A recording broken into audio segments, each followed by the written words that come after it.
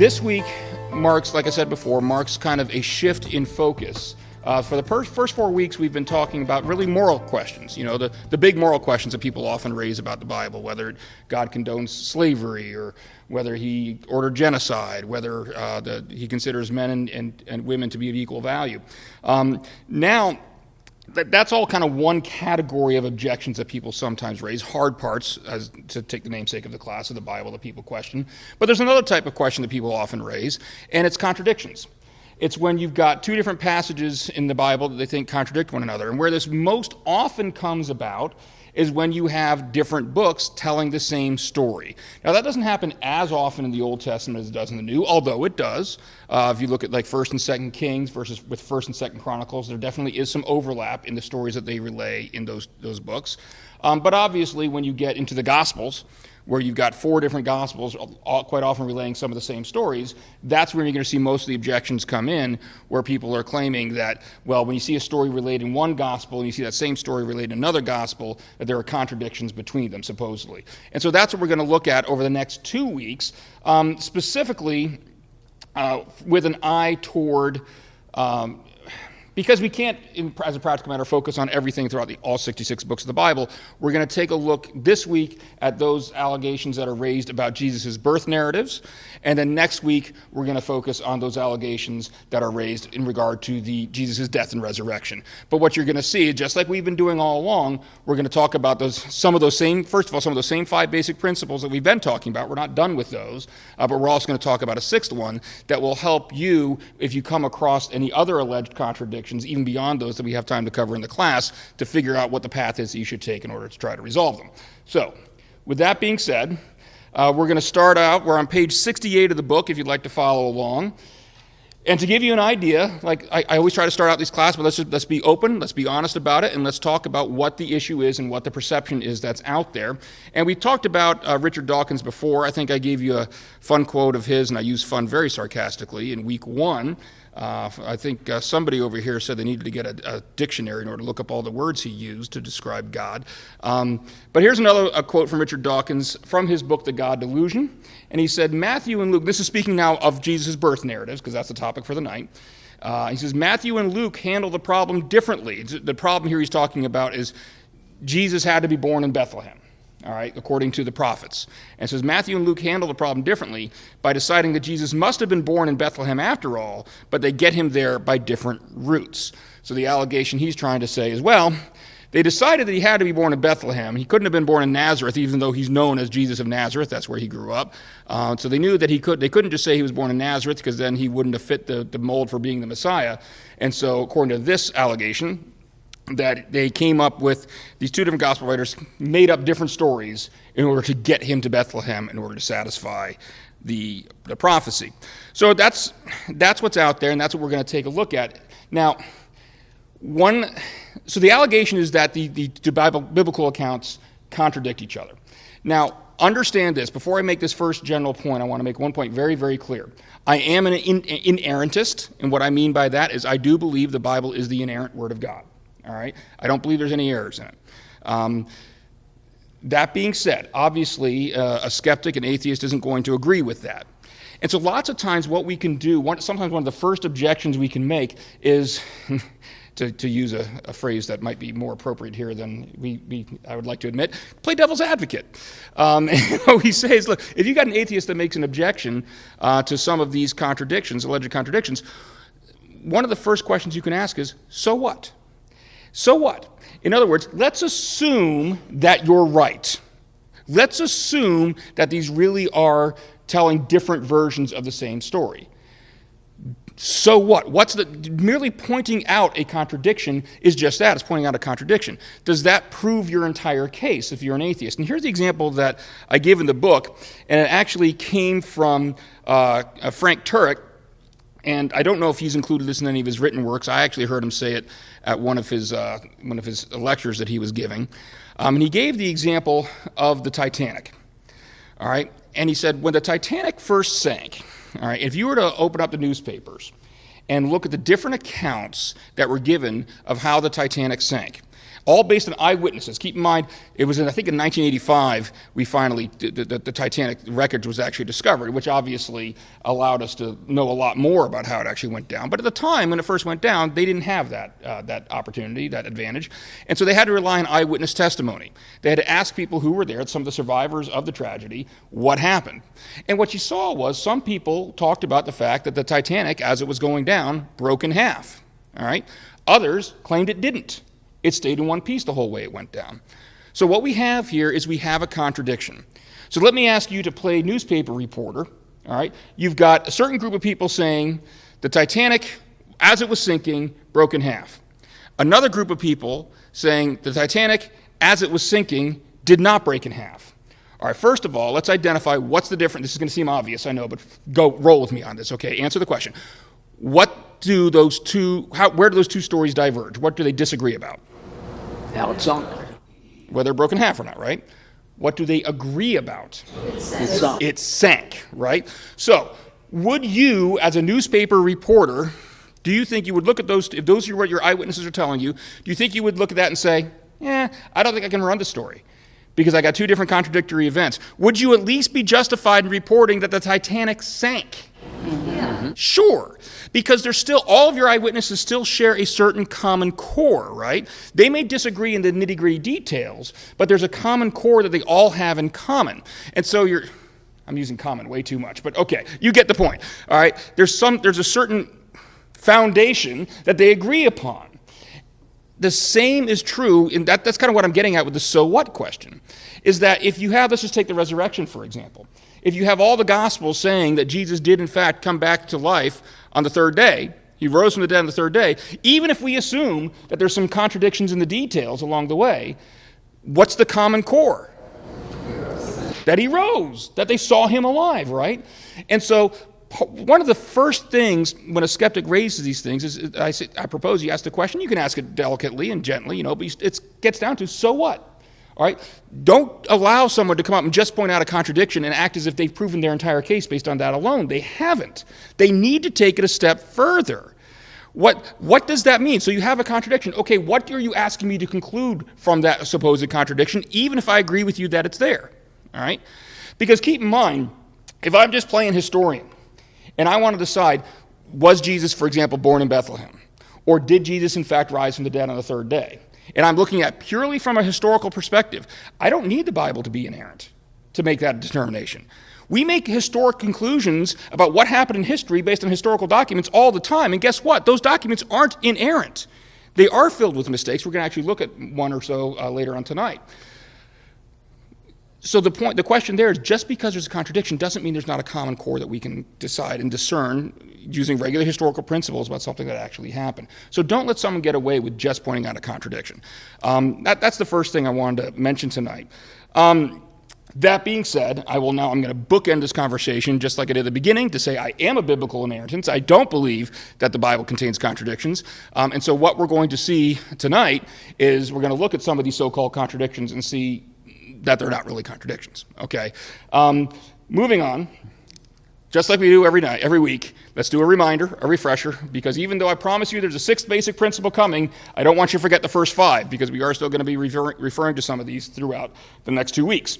The 5 basic principles that we've talked about so far when trying to discover or to find out what path we should follow to help us resolve hard parts of the Bible. Number 1, even labeling an act as immoral in the first place requires God to be the source of all that is good. The moment someone says God did something wrong, by saying they did something wrong, something evil, they're assuming there's a standard, something called good, in order to compare that to. But in order for there to be something called good, there has to be an objective source for goodness. That requires God. All right, so they're actually assuming God in the question whether they realize it or not. Number 2, just because the Bible records an action does not mean God has condoned that action. Number 3, always make sure we take in the entire surrounding textual context before coming to a conclusion. Number 4, there are privileges reserved to God by nature of him being God. And number 5, sometimes our failure to understand a difficult passage is because we are missing some nuance from the original language or the historical, cultural context in which the action takes place.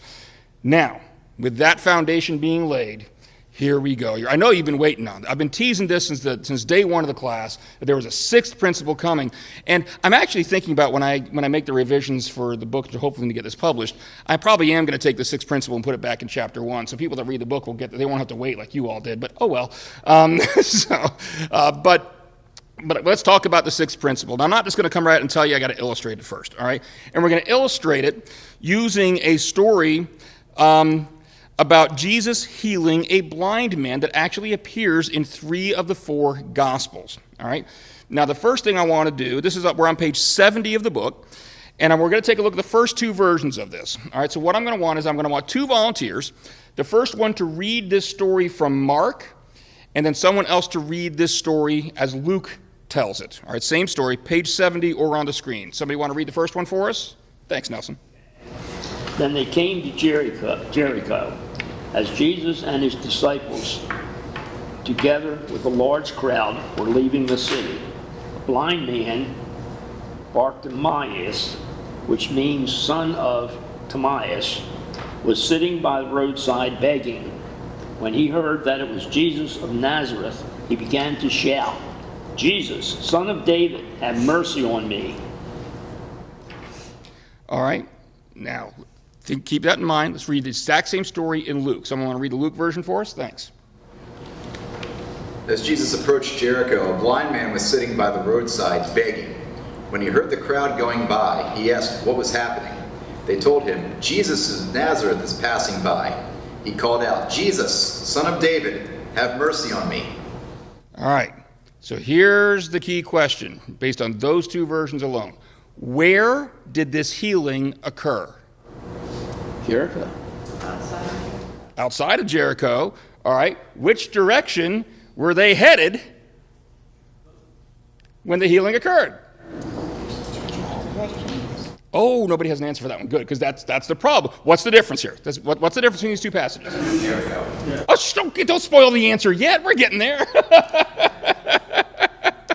That's the next slide.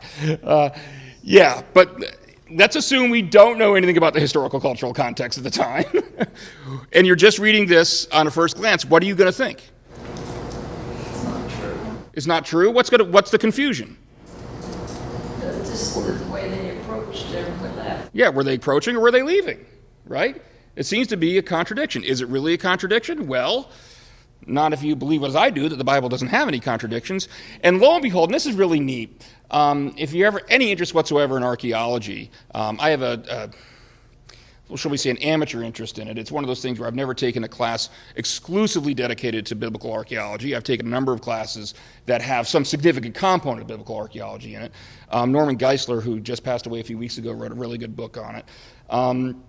But it's amazing how even just in the last 100 years or so, archaeologists have found more and more discoveries that confirm the historic details of the Bible. Things that people used to think were mistakes that the Bible made, they found out that they weren't in reality. And guess what? This is one of them. Remember basic principle number 5? Sometimes our failure to understand a difficult passage is because we're missing some nuance from the original language or the historical, cultural context in which the action takes place. Well, what we find out, as was spoiled for us, there's looking away. No, that's fine. In reality, there is a new city of Jericho and an old city of Jericho. The old city, if you think of the book of Joshua and you think about them walking around it 7 times, the walls come tumbling down and all of that, that city at the time of Jesus was still there, but largely in ruins. Now, there was still a village that was on the same premises, all right? It was still there, so people were still living there and all of that. But Herod actually built a bigger city, all right, a new Jericho, just about, 2 miles away, all right? Herod the Great. And actually, if you see this, I don't know if you can see it or not, it's the only real map I could find quickly that had it. But if you see on the map on the screen, there's actually a map that says Jericho OT and Jericho NT, Old Testament, New Testament. There are 2 cities, both with the name Jericho, both currently still being occupied, about 2 miles apart, virtually right next to each other. Something else that archaeology has discovered. So what we have here is, so based on that, now that you know that, where did this healing take place? In between them, right. So they were, in fact, leaving one Jericho and walking into the other one. Perfect sense. There's another thing where it's kind of amazing when you really look at these archaeological discoveries and you see these things in the Bible. And I'm sorry, but has every single issue like this been cleared up by archaeology? No. There's still some things we wonder about. But enough of them, a substantial number have been, that I'm sorry, at this point, I just don't think it's reasonable not to give the Bible the benefit of the doubt on things like this. When you see issues like this arise, and then lo and behold, something we probably never would have imagined as being the resolution turns out to be true, that's pretty amazing. I get excited about stuff like that. All right, but that's the first two. All right, I promised you and I told you that stories actually relayed in 3 Gospels. The other one is the Gospel of Matthew, and this is on page 71 of the book. Matthew chapter 20, verses 29 and 30. Can someone volunteer to read that one for us?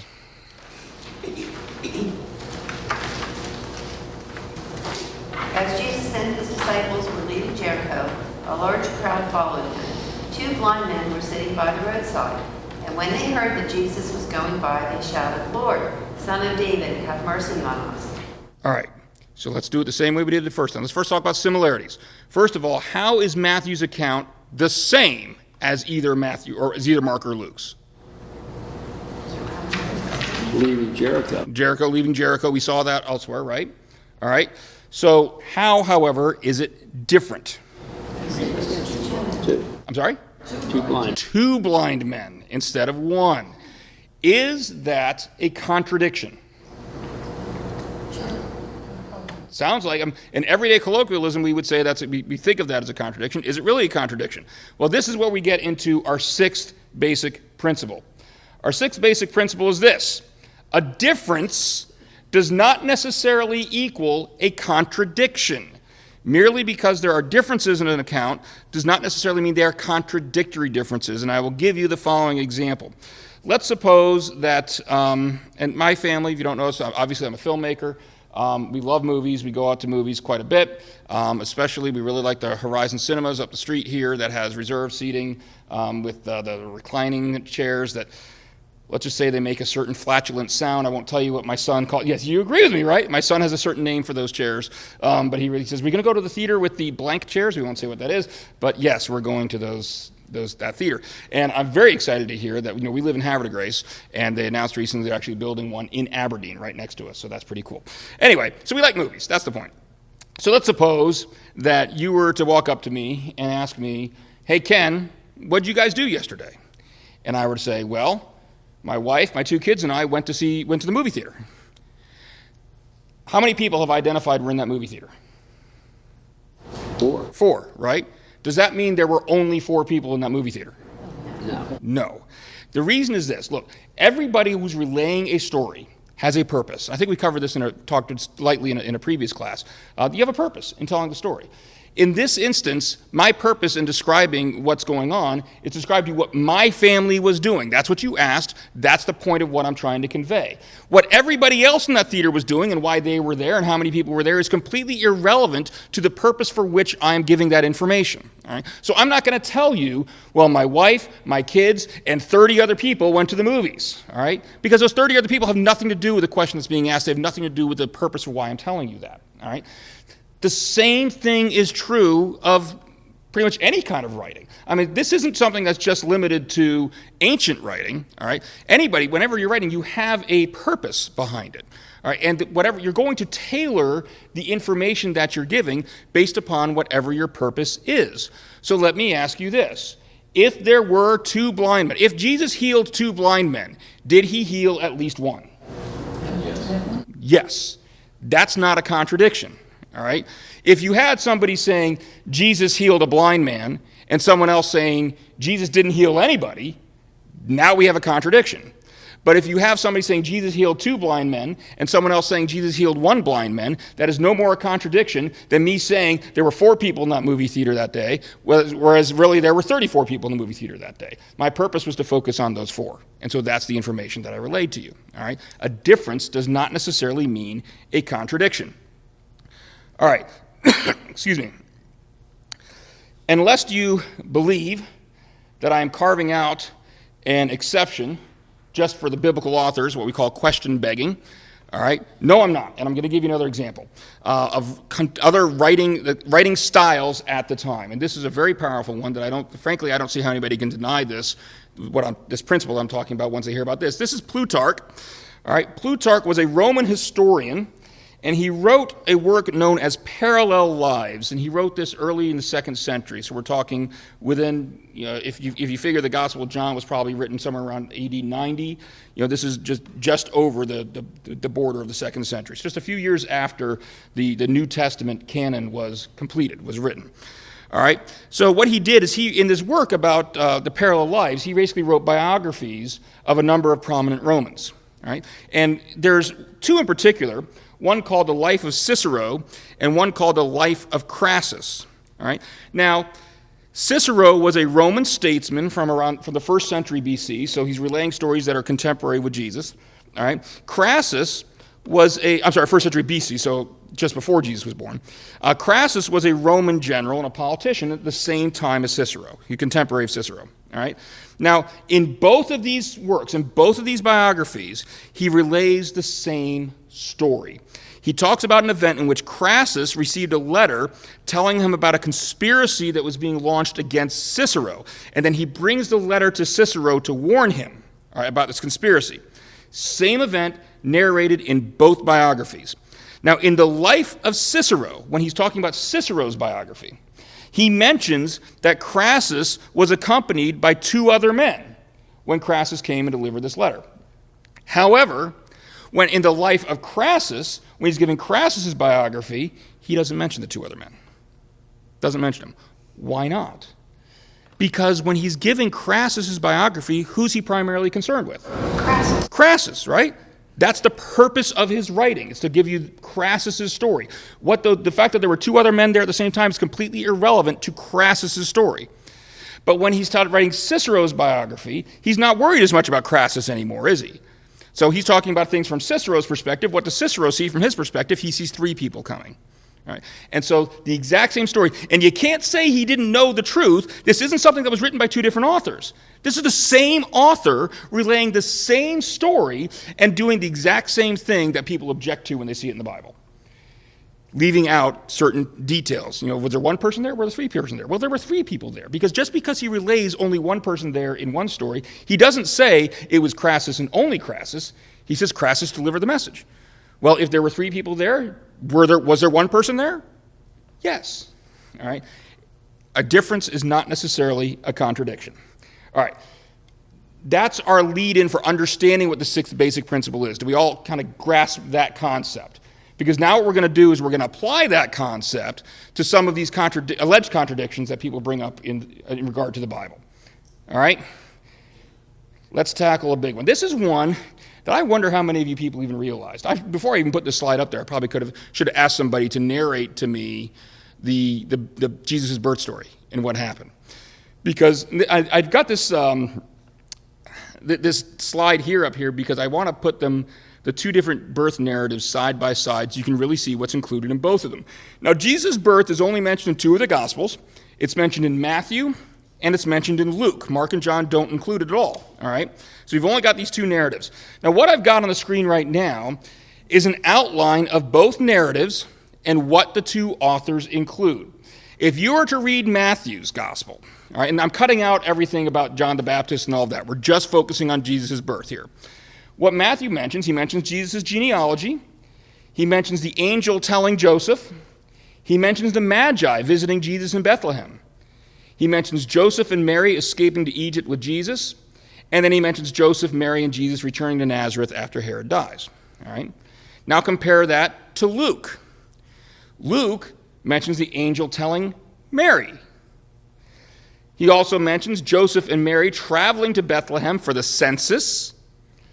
He mentions that Jesus was born in a manger. He mentions the angels telling the shepherds about Jesus' birth. He mentioned Jesus being circumcised on the 8th day. Mary, Joseph, and Jesus visiting the temple. Mary, Joseph, and Jesus returning to Nazareth. And Jesus' genealogy. All right? So let's take a look at these 2 things. And first of all, let me ask you, what do they have in common? They all say he was born They say he was born in Bethlehem. in Bethlehem. went to the temple. Oh, no. Nope, they don't both mention the temple, do they? Genealogy. They have a genealogy form, which we're going to get to in detail here in a little bit. They returned to Nazareth. And return to Nazareth. So there's a common core. All right, I had an interesting discussion with a gentleman probably about a year ago on this now, who was questioning about whether or not it's plausible that Jesus was really born in Bethlehem. And one of the questions I asked him, well, what other narrative is there out there? What other version is there out there? And the answer is there is none. There's no historical evidence anywhere that Jesus was born anywhere other than Bethlehem. And if you try to say, well, but he was known as Jesus of Nazareth. Well, sure, because that was his hometown. That doesn't mean he was born there. I live in Havre de Grace. You want to call me Ken of Havre de Grace? Great. I've lived in Havre de Grace since 2004. All right? I wasn't born in Havre de Grace. And he tried to respond to me by saying, well, but travel was much harder back then, so people wouldn't have been moving around. Again, Jewish culture at the time, anybody know what Jews did every Passover? They traveled to Jerusalem, right?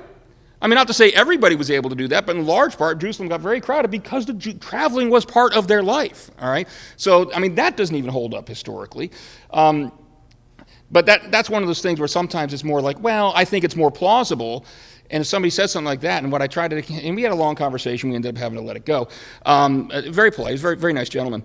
And I'm not just saying that because his mother watches these videos sometimes, but how you doing? No, he was. But it was a very good conversation. But that was part of, one of the things you kind of hold people's feet to the fire is we kind of say, well, it's more plausible. Well, why? You can't just say something's more plausible because you think you would like that answer better. Something becomes more or less plausible, more or less probable based upon evidence. What evidence is there that Jesus was born anywhere other than Bethlehem? There is none. There is none. And if we take that same principle we were talking about with the Titanic, even if you assume that there's all sorts of contradictions between Matthew and Luke, there's still a common element they have in common, right? And one of those things they have in common is he was born in Bethlehem, all right? So absent any contradictory evidence, I think we're at least justified in going forward saying, yeah, he was probably born in Bethlehem.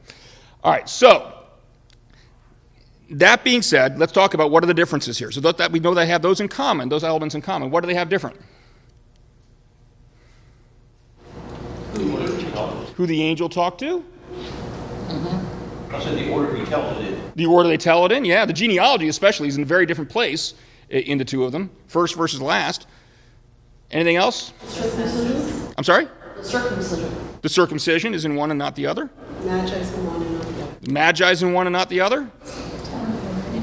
The born in a manger. I'm sorry, what was the other one? Census. The census, that's a big one. Nobody. The temple. Come on, you mentioned the Magi. One says that they went after Herod died, the other one doesn't mention Herod. Doesn't mention Herod.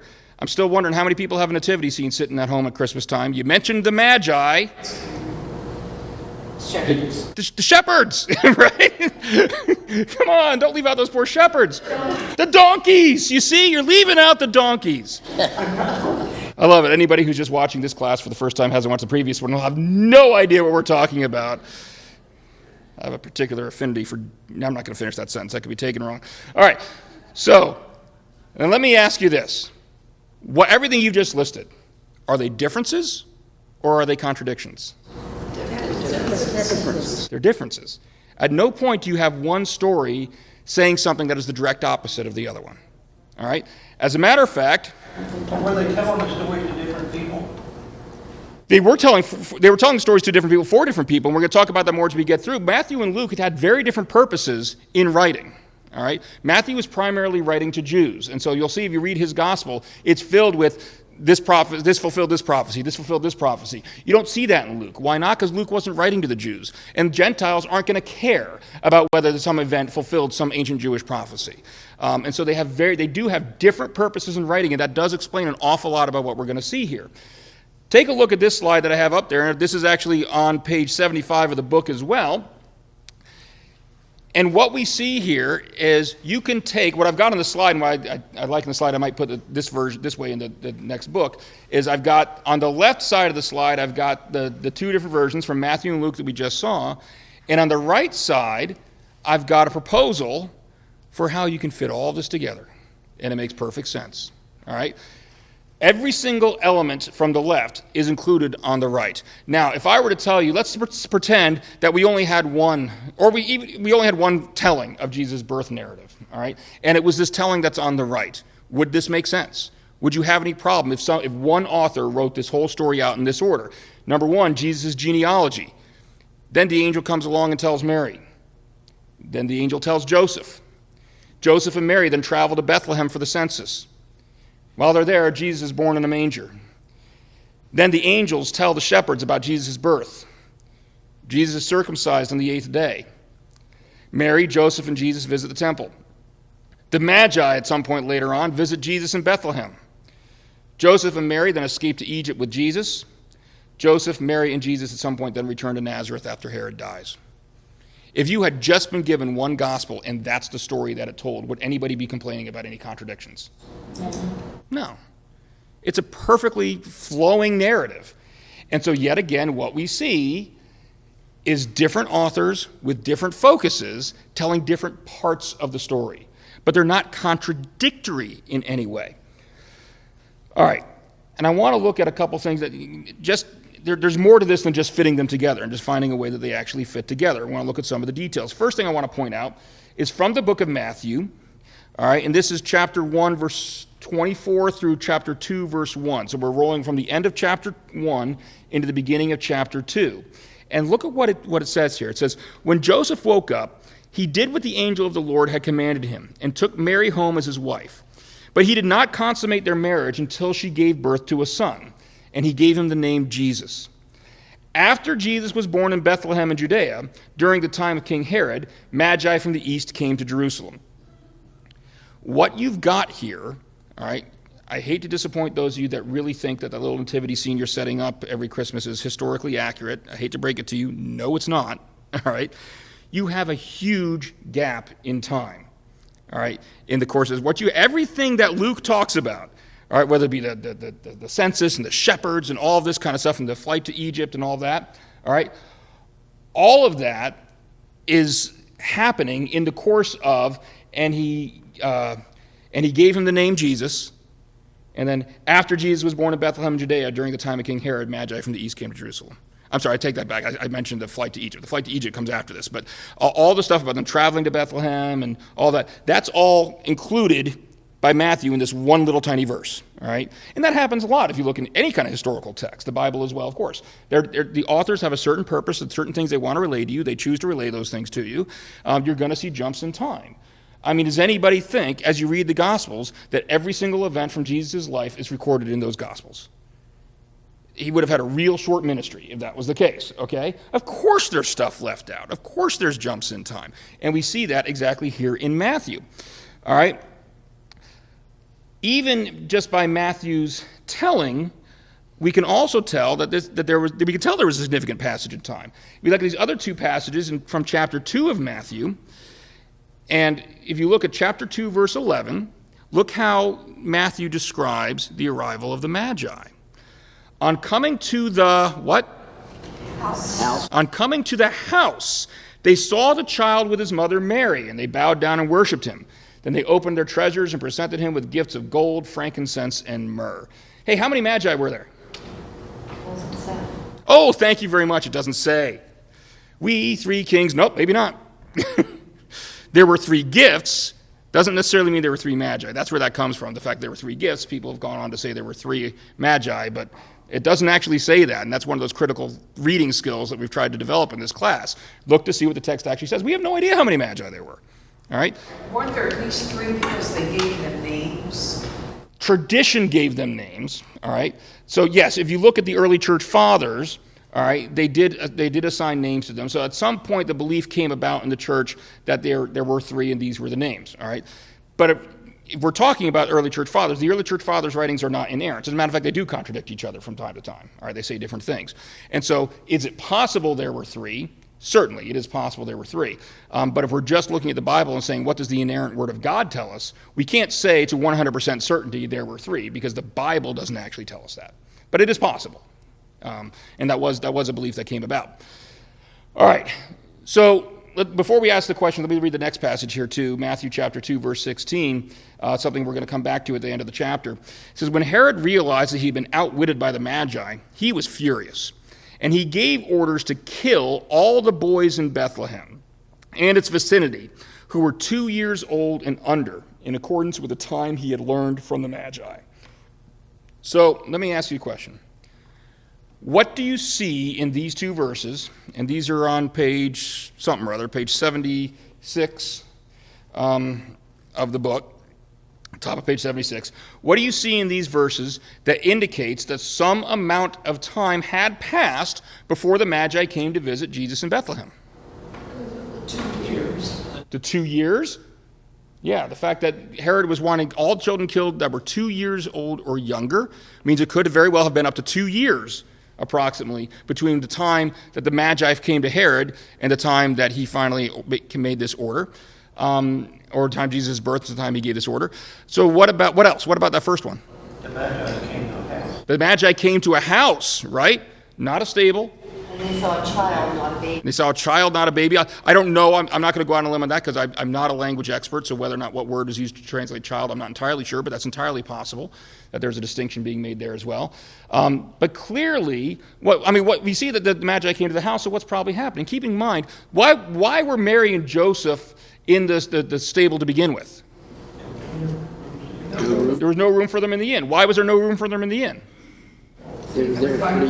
Everybody was there for the census, right? So a lot of people from out of town coming to there for the census. So what we see here is, in all likelihood, the census was over, people had left and gone back to their hometown, but they had a newborn, all right? So they probably weren't about to get up and start traveling back to Nazareth right away with a newborn baby in tow. And so they chose to stay in Bethlehem for a little while. There's also a theory, well, again, we'll get to this towards the end of the class, that Joseph may very well have owned some property in Bethlehem. That may be why he was there in the first place, so they may have been able to provide for themselves in that regard. But regardless, now there was obviously room, and so they had a house to stay in. All right. So all of that tells you, when I'm saying that we're looking at those verses from the end of chapter 1 to the beginning of chapter 2, and I'm telling you there's a big jump in time. Yeah, if you look at it in taking in the full textual context, and we read what else Matthew tells us in chapter 2, it becomes very clear that there's a passage of time there between Jesus' birth and the Magi visiting. All right. Which, again, fits very neatly with Luke's account, who just tells you more about what happened during that jump in time that Matthew has in his gospel. All right. Ken, I have a question. Sure. I thought that in some Bible study we had, it said that they went to either Joseph's father's house after Jesus was born, or I think it was Joseph's father's house. Where that comes, there's nothing in the scripture says specifically with Joseph's father's house, but as we'll get to at the end of class when we're talking about the census in particular and what that actually meant to go to your hometown, one of the theories is that Joseph or Joseph's family or somebody may have had property in Bethlehem, so that would certainly be consistent, at least, with the idea that it was Joseph's father's house that they were staying in. But again, that's one of those things that Scripture doesn't explicitly tell us, so we can't take that, dogmatically and say, yes, that's absolutely what happened, but it certainly is a plausible explanation for what the Bible might be referring to. All right, so where are we at here? Now, I've given you what's called a harmonization, all right? A harmonization is when you take the different versions that are told in the two Gospels and you combine them and put them together and show that they actually fit nicely together. There is an objection that a lot of people lodge to this alleged harmonization, and probably one of the leading objections comes from Luke chapter 2, verse 23, all right? And what it says is this. It says, when Joseph and Mary had done everything required by the law of the Lord, they returned to Galilee to their own town of Nazareth, all right? According to Matthew, did Joseph and Mary go directly from Bethlehem to Nazareth? No, where'd they go? Egypt, okay? And so the objection is, well, Luke says they went straight back to Nazareth, whereas Matthew says they went to Egypt first. And so, again, using that sixth basic principle, is there a difference now, between Matthew's account and Luke's account? Mm-hmm. There is a difference, right? Matthew includes this whole trip to Egypt. Luke does not. All right. Is that difference a contradiction? Necessarily. Not necessarily, all right?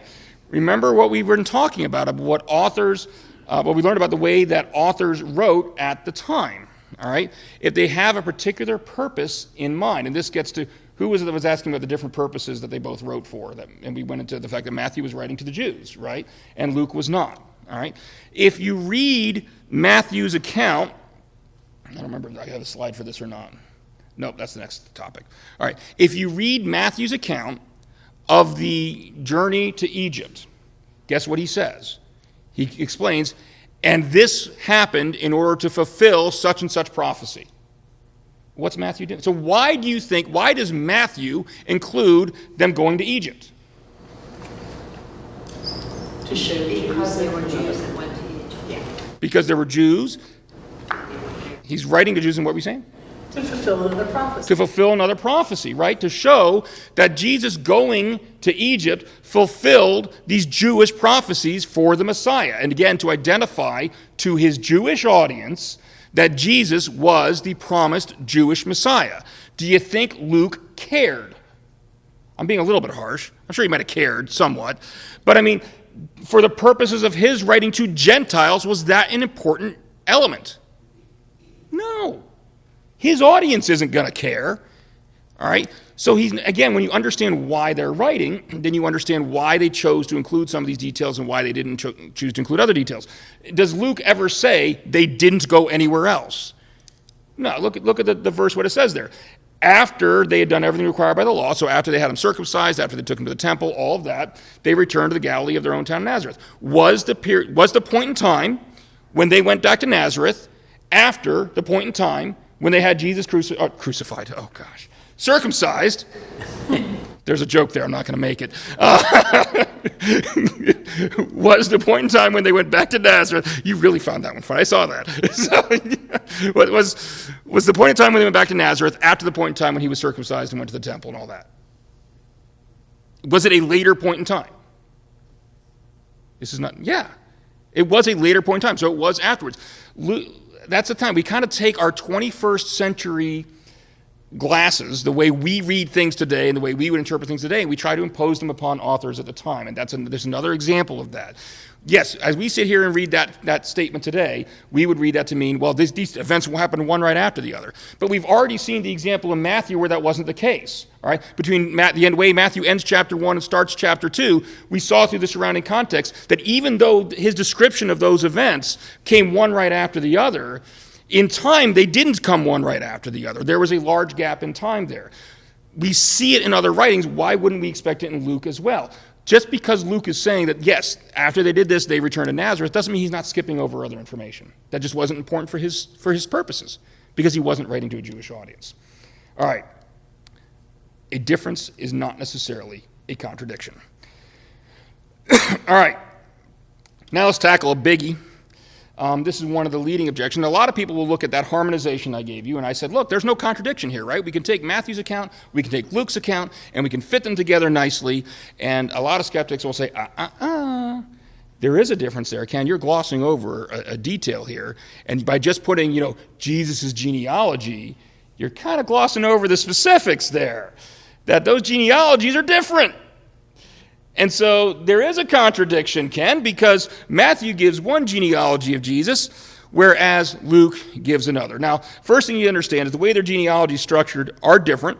All right, Matthew begins his genealogy with Abraham, and he traces it from Abraham downward to Jesus. And he says in Matthew chapter 1, verse 1, he says his purpose is in order to show that Jesus was the Messiah, the son of David, the son of Abraham. All right, so he very clearly, that's going to be important later. Matthew very clearly identifies why he's giving this genealogy. And lo and behold, it's because he's writing to a Jewish audience, right? So his priority is going to be to show that Jesus is the Messiah, the son of David, the son of Abraham. All things that are going to be of concern to a Jewish audience. All right. Luke, however, goes the other way. He starts with Jesus, and he goes up. And he works up all the way to Adam, the first man. All right? So even though they're told in reverse orders, you can still compare them, obviously. And if you look from Abraham through King David, the genealogies are identical. They're exactly the same. All right? The problem becomes when we get from David through Jesus, that part of the genealogy, they're different. All right? As a result, what skeptics will claim is that the genealogies from Abraham through David were readily available, and they were, all right, through the other books of the Bible. Then the two authors had to make stuff up in order to figure out, because they didn't really know what Jesus' genealogy was, so they just made them up from David all the way down. However, if we look more closely and we follow our basic principles, we can find a potential explanation. All right? And what I want you to do is I want you to look at the Jesus end, as I'm calling it, of these genealogies. Because again, they're going in opposite directions, but just look at the Jesus end of how they describe it. All right? Matthew ends his genealogy by saying, and Jacob, the father of Joseph, the husband of Mary, and Mary was the mother of Jesus, who is called the Messiah. Whereas Luke starts out his genealogy saying, now Jesus himself was about 30 years old when he began his ministry. He was the son, so it was thought, of Joseph, the son of Heli, blah, blah, blah, blah, blah, blah, blah, blah, and it goes on from there. All right, so taking a look at this Jesus end of the genealogies of Matthew and Luke, does anything stand out to you as being unusual that you might not expect to see in a standard genealogy? One is a Mary, one is Joseph. Well, that's the conclusion that we're going to get to. But what do you see in these verses right now? What is it that's not even say this supports the whole conclusion yet, but just things that make you go, I wonder why they included that detail. They didn't say he was the son of Joseph. It was thought he was the son. There's one, he was the son, so it was thought of Joseph. What do you think that's referring to? She was a virgin, so who was really Jesus' father? God, right? The Father, the Son, the Holy Spirit, all that. So that is clearly, I think, we have the benefit of hindsight, knowing about the Trinity and all that, and the virgin birth, we can look back and see, so Luke's kind of hinting at the fact, for one reason or another, and we'll get into purposes here in a minute, that Joseph was not biologically Jesus' father. All right? What about the Matthew one? Anything in there that you think you wouldn't necessarily ordinarily expect to find in a first century genealogy? The husband of Mary. The husband of Mary. Since when are we mentioning women in first century genealogies? Wait a minute. Okay, so there's something else going on there. Now, we're going to work our way through this as far as what conclusions, again, keeping in mind what the author's purposes were. All right, is going to help shed some light on this. But there's enough just on looking at the Jesus end that these are not your normal genealogies. They're clearly communicating something that maybe we here in the 21st century aren't quite grasping. All right, because they're including extra information in there. All right, one thing I want to mention here is that what language were the Gospels written in? Anybody know? Greek, right? And the Greek of the time, they weren't written in English, obviously, but the Greek at the time in which the New Testament was written did not have words for the concept of father-in-law, son-in-law. In-laws were not linguistically treated any differently. So if you were to say so-and-so was the father of so-and-so, that could mean they were the biological father. It could mean they were the father-in-law. Same thing. If you were to say so-and-so is the son of so-and-so, it could be biological son. It could mean son-in-law. So when we see Luke referring to Joseph as the son of Heli, that does not necessarily mean that Joseph was Heli's biological son. It may have, it may not have, but we've already seen enough about that Jesus end of these genealogies to know something weird is going on here. So when typically, now let's be honest, typically in a genealogy, they're not going to be referring to son-in-laws or father-in-laws. They're going to be referring to biological descendants. So ordinarily, we certainly should conclude, based on the same language, that it's referring to a biological relationship, unless we have any textual reason to think otherwise. All right? And that's where we get into these little differences, these little unique things that are being put into these passages. Is that giving us a textual difference to think there's something else going on here? In this case, the fact that Luke has added the qualifier, so it was thought, to Jesus' relationship to Joseph, maybe many scholars will suggest that that is an indicator that it isn't really Joseph's line of descent that Luke is talking about here. We're going to get more into Luke's purpose and why they think this in a minute. But the fact of the matter is he says, so it was thought. So he wasn't really Joseph's biological son, so it's not really Joseph's genealogy that's important here. All right? That's one piece of the puzzle. Again, it's a grand piece of puzzle. The other thing we need to remember is Luke was speaking primarily to a Greek audience, so he's not going to care about Messiah and Abraham and all that kind of thing. And he traced, what did I tell you? Luke traced his genealogy all the way back to who? All the way back to Adam, the first man. Well, there was a very common quest, if you want to call it that, in Greek philosophy at the time, and he's speaking primarily to Greeks, for the ideal man or the perfect man. All right? And so what these scholars tend to think is because he's speaking to a Greek audience, and that's what the Greeks are looking for, he's trying to show that Jesus is that person. All right? And in order to show Jesus is that person, he is showing Jesus' line of descent all the way back to the first person, all right, a direct line. Well, in order to make that direct line, it has to be a biological line to be the perfect man. All right, so he's showing Jesus' biological descent from the first man in order to show that he's fulfilling the requirements for this Greek idea of the perfect man. All right, if that's the case, if he's tracing Jesus' biological line, who's he going to trace it through? Mary, not Joseph, right? And so if he's tracing it through Mary, not Joseph, well, maybe that's why he says. Now, the problem he's got, let's face it, the problem that Luke has here, though, is genealogies were they traced through the mother? They weren't, all right? Genealogies at the time were not traced through the mother. And so he's got this conflicting issue where he's got a social expectation that he's going to be tracing a genealogy through the father, but he wants to show a biological line of descent. He can't do that through the father because the father was God, not Joseph. So how do you do that? Well, you throw in so it was thought, and then now we're referring to, when we say son of, we're actually referring to son-in-law, all right? That's the scholarly thought on that many scholars hold on Joseph's, that he's actually showing Jesus' biological descent. So Luke's genealogy is actually that of Mary. All right, and it was kind of Luke's compromise way of trying to satisfy the genealogical expectations at the time, but still be accurate. All right, and linguistically, it's still accurate. Saying he was the son of Heli is accurate in the way even if he was the son-in-law. All right. Now, in order for that to be true, however, Matthew's genealogy has to be whose? Joseph's, right? And so now the question becomes, are there any textual clues that would indicate to us that Matthew was actually tracing Joseph's line? Well, how did Matthew start out his genealogy? What did he say his purpose was? See, I told you it was coming back. It was going to be important. Anybody remember? What did he say his purpose was? The perfect man was Luke's purpose, because Luke's writing to a Greek audience. Matthew's writing to who? Jews. The Jews. What were the Jews concerned about? The Messiah, right? And descending from Abraham. And that's why, remember, he actually cut off his genealogy at Abraham, because once he got to Abraham, it didn't matter anymore for his purposes. All right?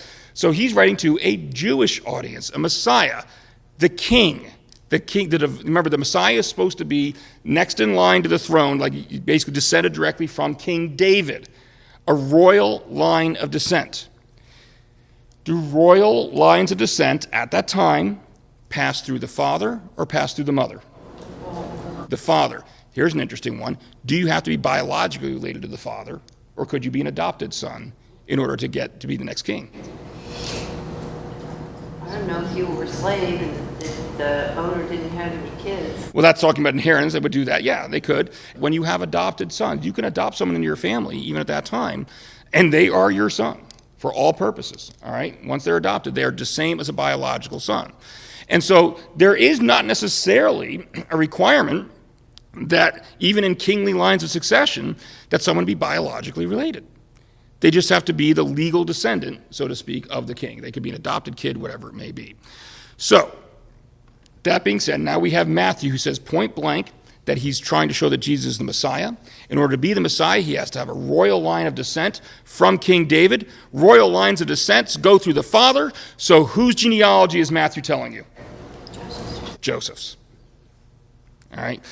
This is one of those things where we talk about you have to understand the historical and cultural context of the time, and you have to understand what the author's purpose was in writing it.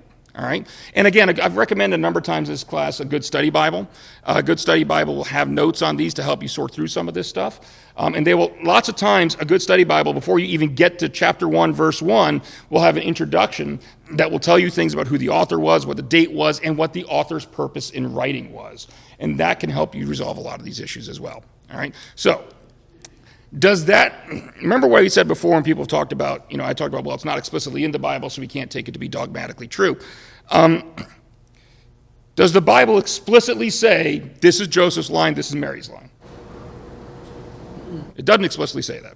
So we're not going to go out and say if somebody has a difference of opinion on this, we're not going to say they're committing heresy, okay? We can't take it to that extreme. This, however, is a historically plausible explanation that should be sufficient enough that if anybody tries to say this is a contradiction, not necessarily. Maybe, but it doesn't have to be. Logically speaking, there's enough evidence in here to indicate that it's very plausible that one was writing about Joseph and one was writing about Mary. And as long as that's still a reasonable conclusion to make, then we can't say that there's a contradiction there. All right? Any questions about that? All right. Since genealogies are such a stimulating topic of conversation, we're going to keep talking about them for a little bit. All right. Another accusation that's often made is that Matthew makes mistakes in his genealogy. All right? One example of something people say where he made a mistake comes from, and we are now on page 80 of the book if you are following along. Matthew chapter 1, verse 8, when he's giving his genealogy, identifies Jehoram as the father of Uzziah.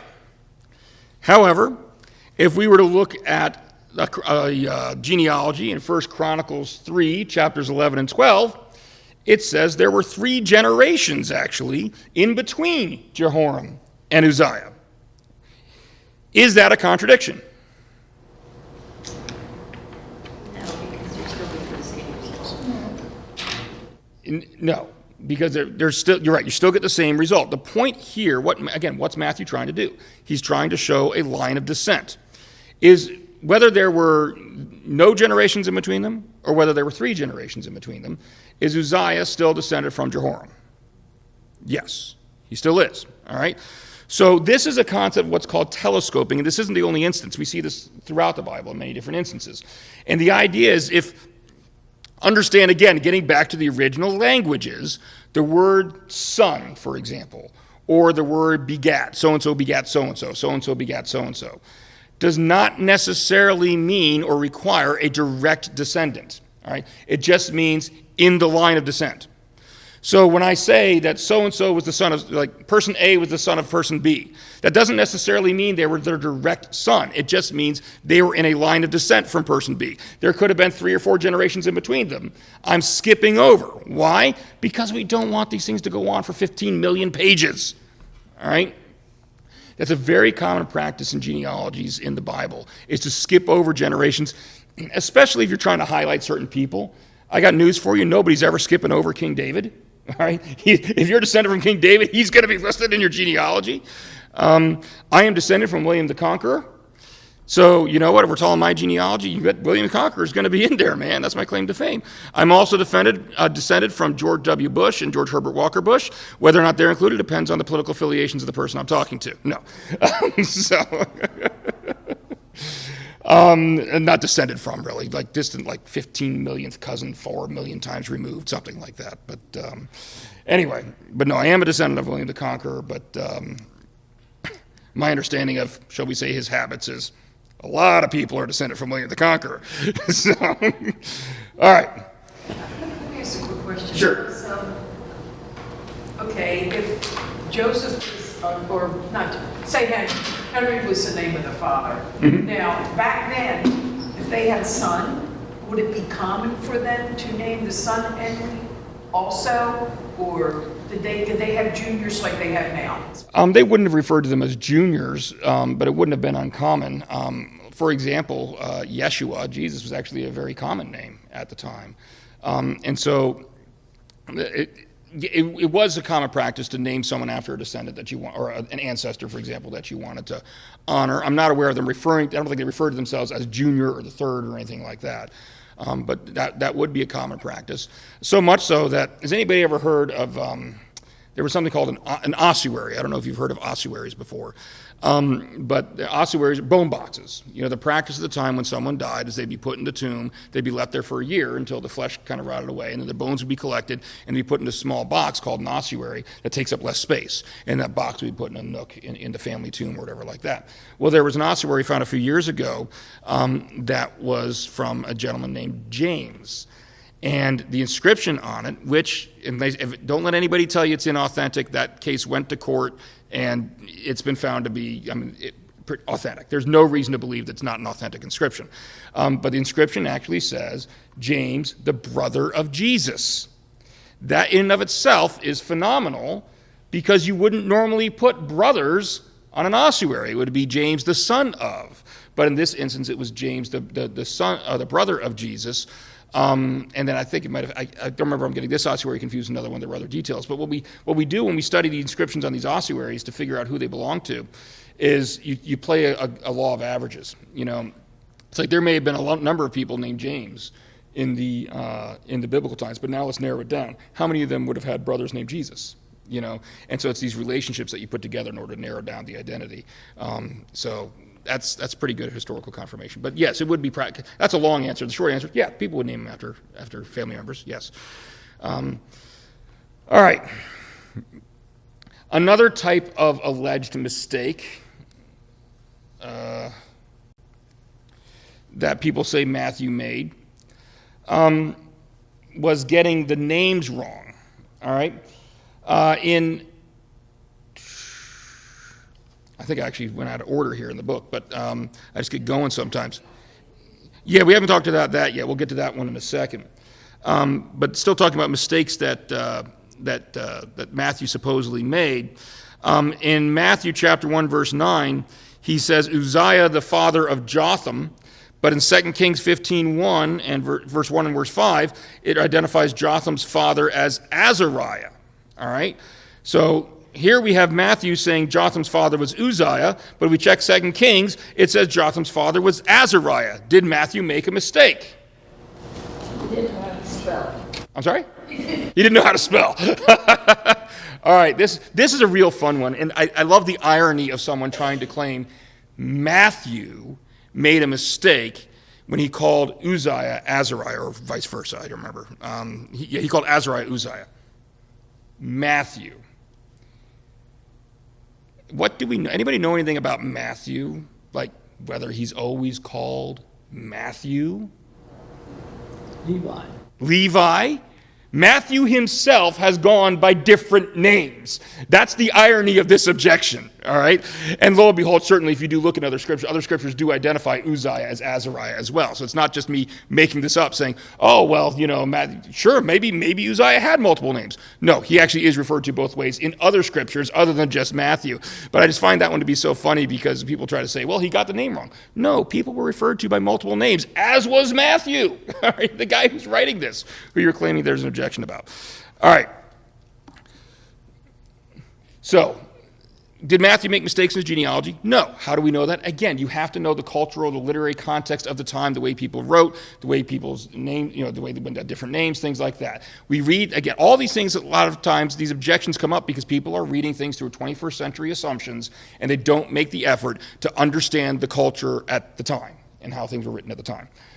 All right, let's get to that Nazarene passage. This is another good one, and I got to be honest. I think I mentioned in the introduction to the book, and I mentioned in week 1 when we first came here, that my journey, my spiritual journey when I first got into apologetics was as a result of law school.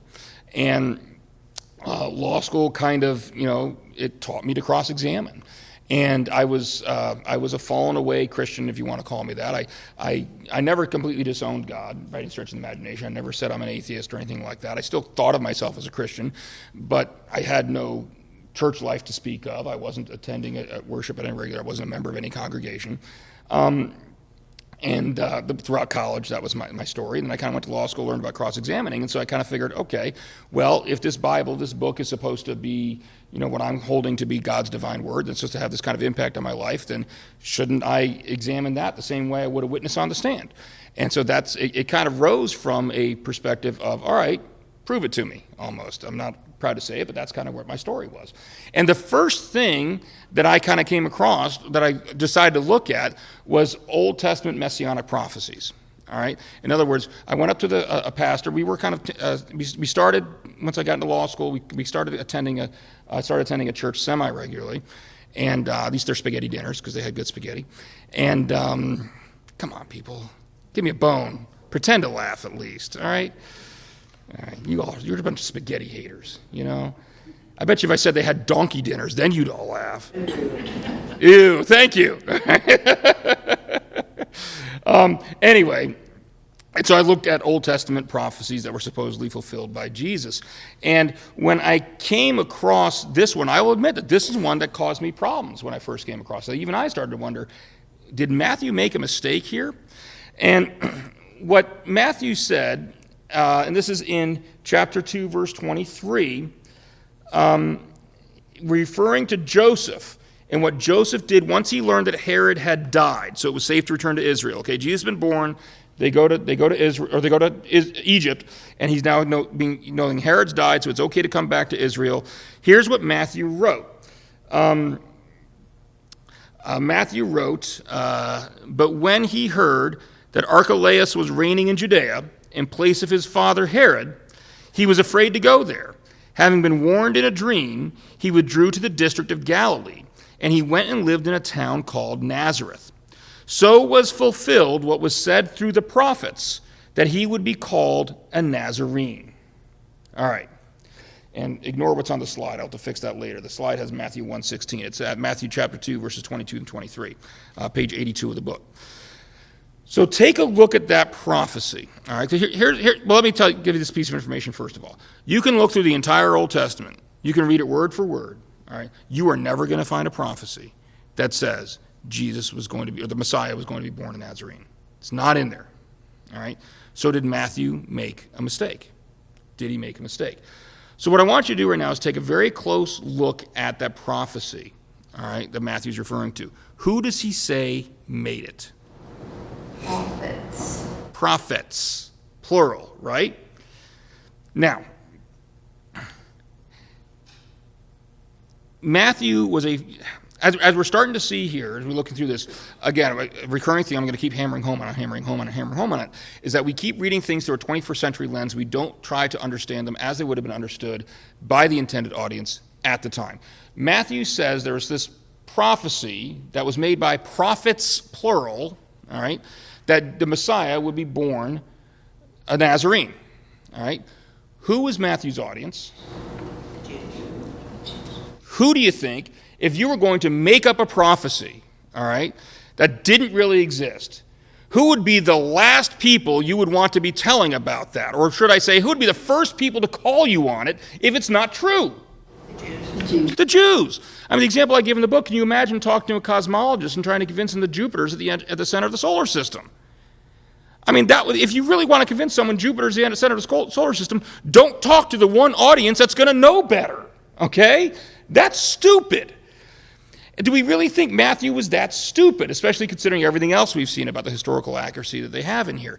And so, again, does that solve the problem for us entirely? No, but at least makes us wonder, well, wait a minute. It's probably true, if Matthew is saying this to a Jewish audience, that at least in Jewish circles, for coming from somewhere, which we may not know where it comes from yet, there was this belief that there was a prophecy that the Messiah was going to be born a Nazarene. All right, it probably was a common belief in Jewish circles at the time in order for Matthew to be repeating this to Jewish circles. All right? Now, what we want to do to shed some more light on this, let's compare that passage, all right, to when Matthew, remember I told you Matthew throughout his book, he's always saying this fulfilled this prophecy, this fulfilled this prophecy, this fulfilled this prophecy. Let's take a look at a couple other passages. Matthew 2, verse 5, 2:15, 2:17, and these are on pages 82 and 83 of the book.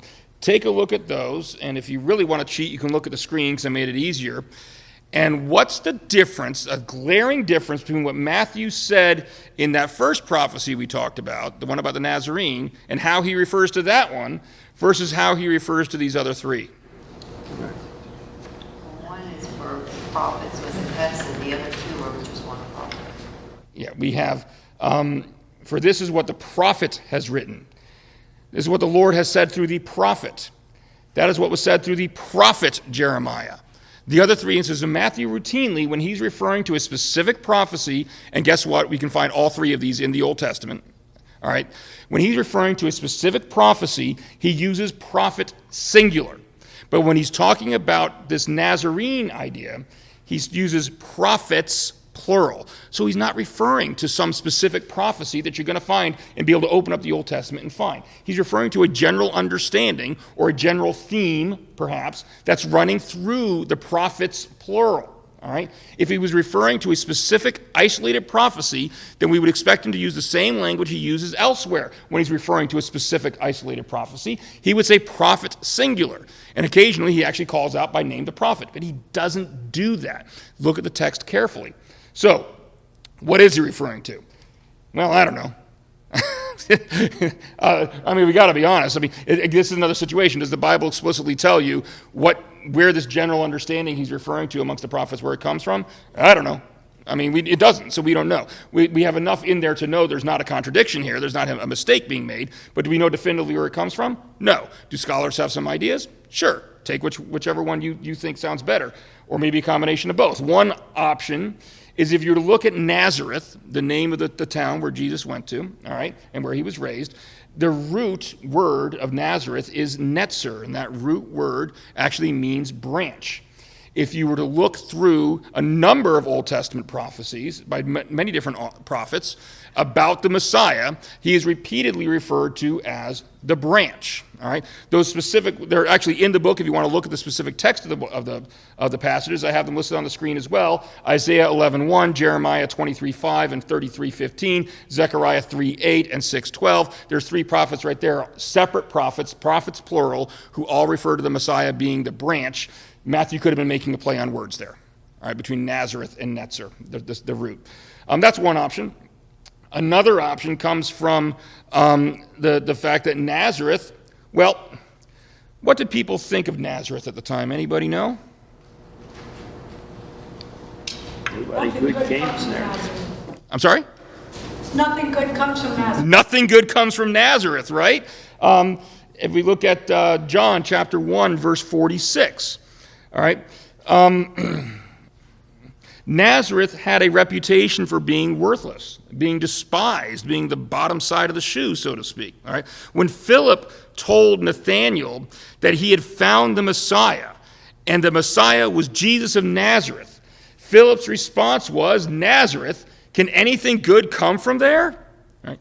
Now, does anybody know, are there Old Testament prophecies that the Messiah would be despised, would be considered worthless, things like that? Mm-hmm. Yeah, quite a few. All right, that's a recurring theme. I got a few listed on there. Isaiah 53:3, Psalm 22:6. And so again, that's another option that Matthew could have been referring to, prophets plural, because just as Jesus was going to be presumed to be despised and worthless because he came from Nazareth, the prophets plural had said the Messiah would be presumed to be despised and considered worthless because he came from Nazareth. All right, same kind of idea. All right, is combination of both, maybe? I don't know. Am I definitively saying one or the other is the answer? No, I don't know. But again, there's enough in there for us to say this isn't necessarily a contradiction. We can't say this is a clear contradiction or a clear problem. All right, let's get done with genealogies and all that kind of stuff. What do you say? Let's move on to something different. All right.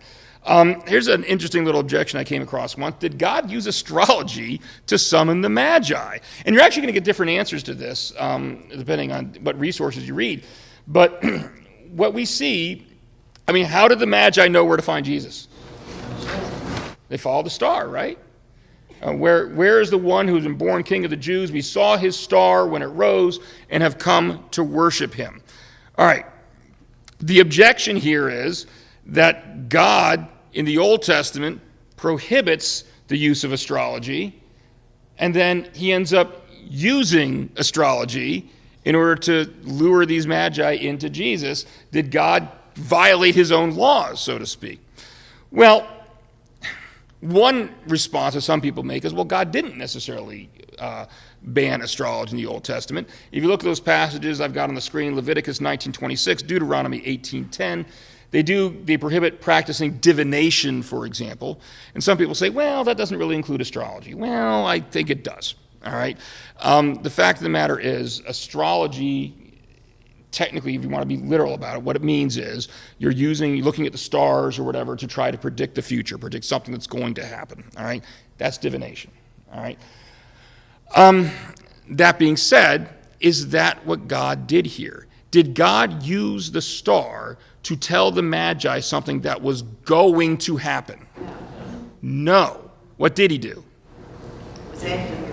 It was after Jesus was born. Remember that 2 years we were talking about? This isn't God telling them, and I can understand why God would say, I don't want you doing astrology to try to predict the future, because God's using his prophets for that, isn't he? If there's something he wants the Jewish people to know about what's coming down the road, he's going to use one of his prophets for that. And he doesn't want mixed messages out there. So he says, you're not to use astrology, you're not to use divination.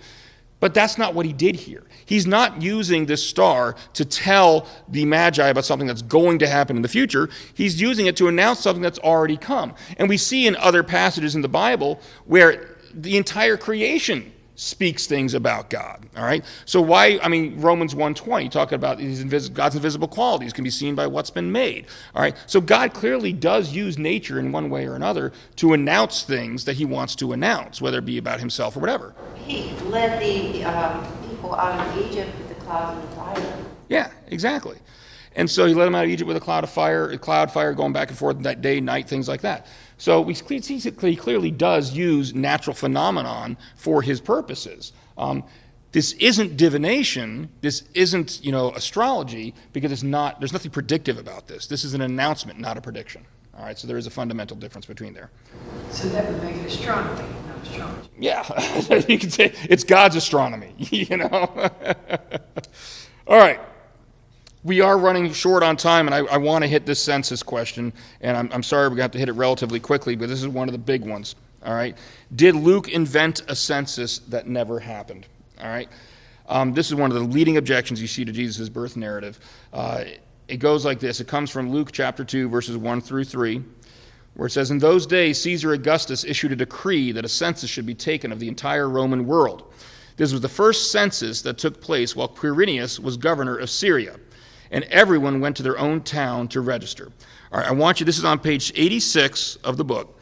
I want you to take a look at that passage, and I want you to tell me, what we're asking is whether or not this census, what we need to, if we're looking historically to figure out what the census was, see if we find any historical evidence of the census happening, what requirements it needs to meet. Now, I will tell you right now that we do have record of a census occurring in around 7 AD or so. The problem is most scholars place Jesus' birth between 6 and 4 BC, all right? So right off the bat, all right, we can see that the census that happened in 7 AD is really too late to be the one that Luke is referring to here.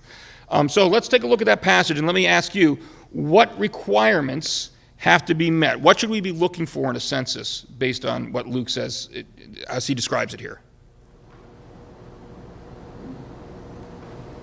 Travel. Caesar Augustus was. Yeah, it has to be during it has to be something that was issued by Caesar Augustus. Quirinius is the governor, were in power. Quirinius, the governor of Syria. Amy, do you have something you want to say? Travel? I'm sorry? Travel? Travel. Yeah, that's ordering them to travel back to their hometown or whatever. All right. Yeah, so it's got to be, look at the slide I've got on the screen. We got 5 requirements that I was able to deduce by looking at this passage. Number 1, it's got to be around the time Jesus was born, right? So it's got to be something that's issued around that time period of 6 to 4 BC approximately. It's got to be the result of a decree from Caesar Augustus, so it's got to be during Caesar Augustus' reign. It's got to occur while Quirinius was the governor of Syria. That's in quotes for a reason. We'll get to that in a second. It should be the first census while Quirinius was governor. All right, and it must require that everyone to return to their own town. All right, so those are the historic criteria. We got to see if there's a census that meets these 5 criteria. I've already told you there was this one that happened in 6 or 7 AD, which isn't going to meet those requirements because it wasn't around right at the first requirement. It's got to be around the time Jesus was born, 6 to 4 BC. That one doesn't fit the bill. All right, but there's another problem here. All right, we're also being told that it's got to be during the period of time that Quirinius was the governor of Syria. Well, we have other historical records that tell us that Saturninus, I'm probably butchering these names, was the governor of Syria from 9 BC to 6 BC, and Quintilius Varus was the governor of Syria from 7 BC, there was an overlap in their governorship, to 4 BC. Well, isn't that a problem? Because that seems to say if those people were the governor of Syria during the time of Jesus' birth, then that kind of rules out Quirinius being the governor of Syria at the time of Jesus' birth, doesn't it? Basic principles. Basic principle number 5. Sometimes our failure to understand a difficult passage is because we're missing some nuance from the original language or the historical cultural context in which the action takes place. There is a Greek word for governor. It's legatus, Legatus is how it's usually transliterated in English. Guess what word is not used in this passage in describing Quirinius as the governor of Syria? Legatus. That's not the word that's there. The word that actually is there really just means leading. So in some way, shape, or form, what we're saying here is Quirinius was leading Syria in some capacity. Doesn't necessarily have to have been formally the governor of Syria at the time. All right? This is where modern English translations aren't always helpful for us. As it turns out, Quirinius was a very high-ranking general in Syria, given an awful lot of leadership responsibilities in Syria, from 12 to 2 BC. So we see that Quirinius was leading Syria around the time of Jesus' death. So that resolves that one issue, or Jesus' birth. Gosh, I got circumcision. I'm crucifying kids when they need to be circumcised, and now I'm killing Jesus off before he's even born. It's been a long day. All right, another thing we see. All right, we saw that he said that this was the first census. Well, if there was a first census, what does that imply? There had to be one after it. So it was the first census when Quirinius was leading Syria. Would anyone want to hazard a guess who was the governor, the legatus, of Syria when that census happened I was telling you about in 7 AD? Quirinius. All right, so that we have a second census in 7 AD when Quirinius was still leading Syria, now as the formal governor, all right, which implies that there was a first census even before that. And we do know, I won't go into that in detail, but on Acts chapter 5, verses 36 to 39, we see Luke, the same author of the Gospel of Luke who wrote the book of Acts, actually referring to that census that happened in 7 AD. So Luke clearly was aware of that census that happened in 7 AD when he's writing that there was a first census. All right. Then we get into, and I'm going to again kind of cut to the chase here, we get into the deeds of Augustus, all right, the res gestae, all right.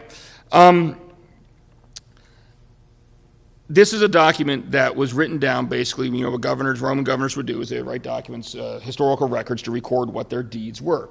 And what we see here is Augustus is at the bottom of page 88. Caesar Augustus wrote down many of his deeds in his work that was called the Res Gestae. And one of the things he does in that passage that's on the screen at the bottom of page 88, we won't read the whole thing, but he actually talks about 2 censuses that he ordered. And he gives us some time frames to figure out when they were.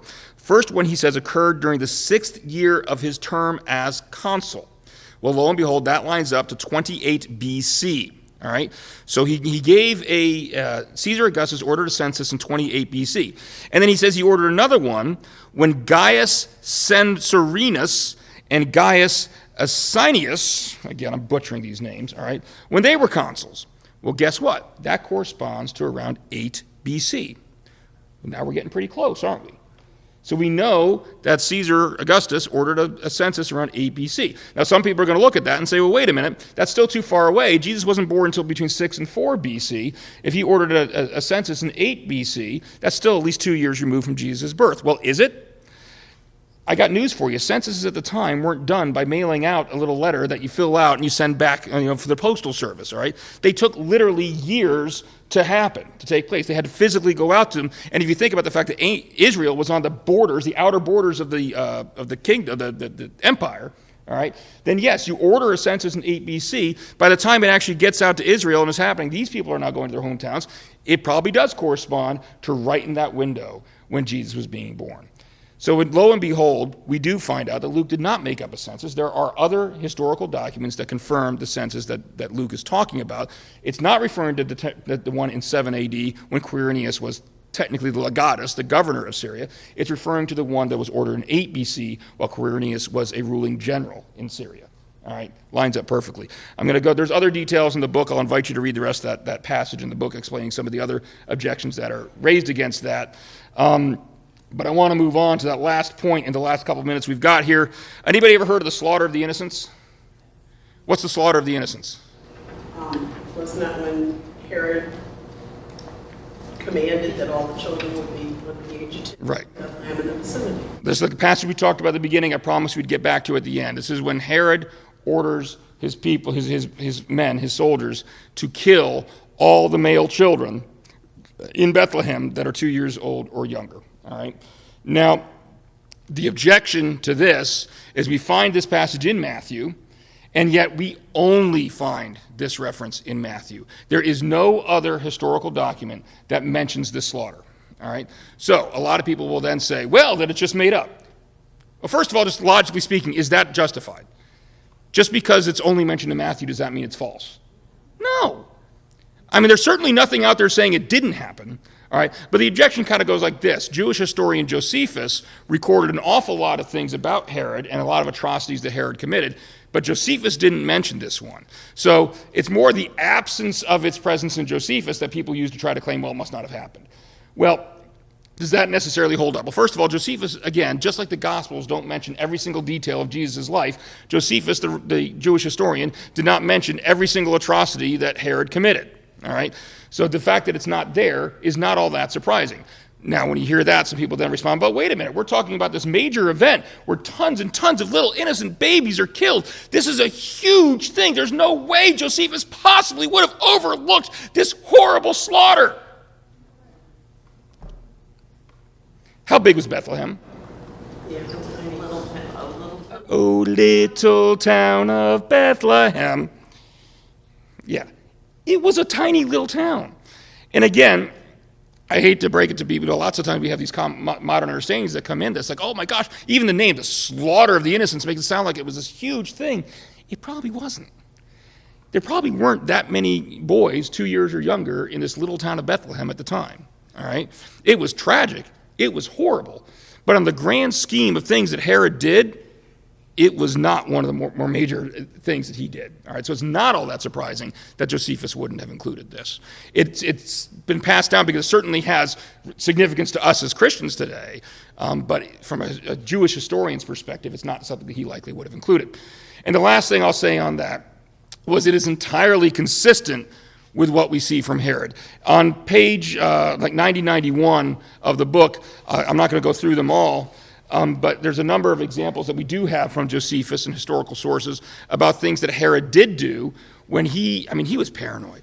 Herod was very obsessed with protecting his rule, with not being any challenges to his throne. And you know what he did when he even perceived a possible challenge to his rule? He killed him. That's what he did. I mean, and there's example after example. His own family members. He was killing his own sons. I mean, anybody that he thought might challenge his rule, and lots of times not even remotely justified. Sometimes they were justified. Sometimes they were just his paranoia. He'd have them killed. And so what we see here is it really all that surprising when we've got a prophecy about a new Jewish king who's going to be born, that if that news actually got back to Herod, how would you expect Herod to react to it? Exactly the way Matthew says he reacted to it. So yes, Matthew is the only historical record of that, but this is completely consistent with what we see in the other historical records about King Herod. All right? So that being said, wrapping things up here for the evening, we now have 6 basic principles. The 5 we had before, and which we still use, they relate sometimes, because sometimes our sixth basic principle is a difference does not necessarily equal a contradiction, which is kind of the first step, but sometimes in order to determine whether or not it's a difference or a contradiction, we're invoking one of the other basic principles, like understanding the historical context and things like that, all right? Next week, we're going to talk about this, again, using the sixth basic principle, differences versus contradictions, but we're going to talk about it specifically in relation to Jesus' death and his resurrection. How many angels were at the tomb? That's your tease for next week, all right? I'll see you all then. God bless.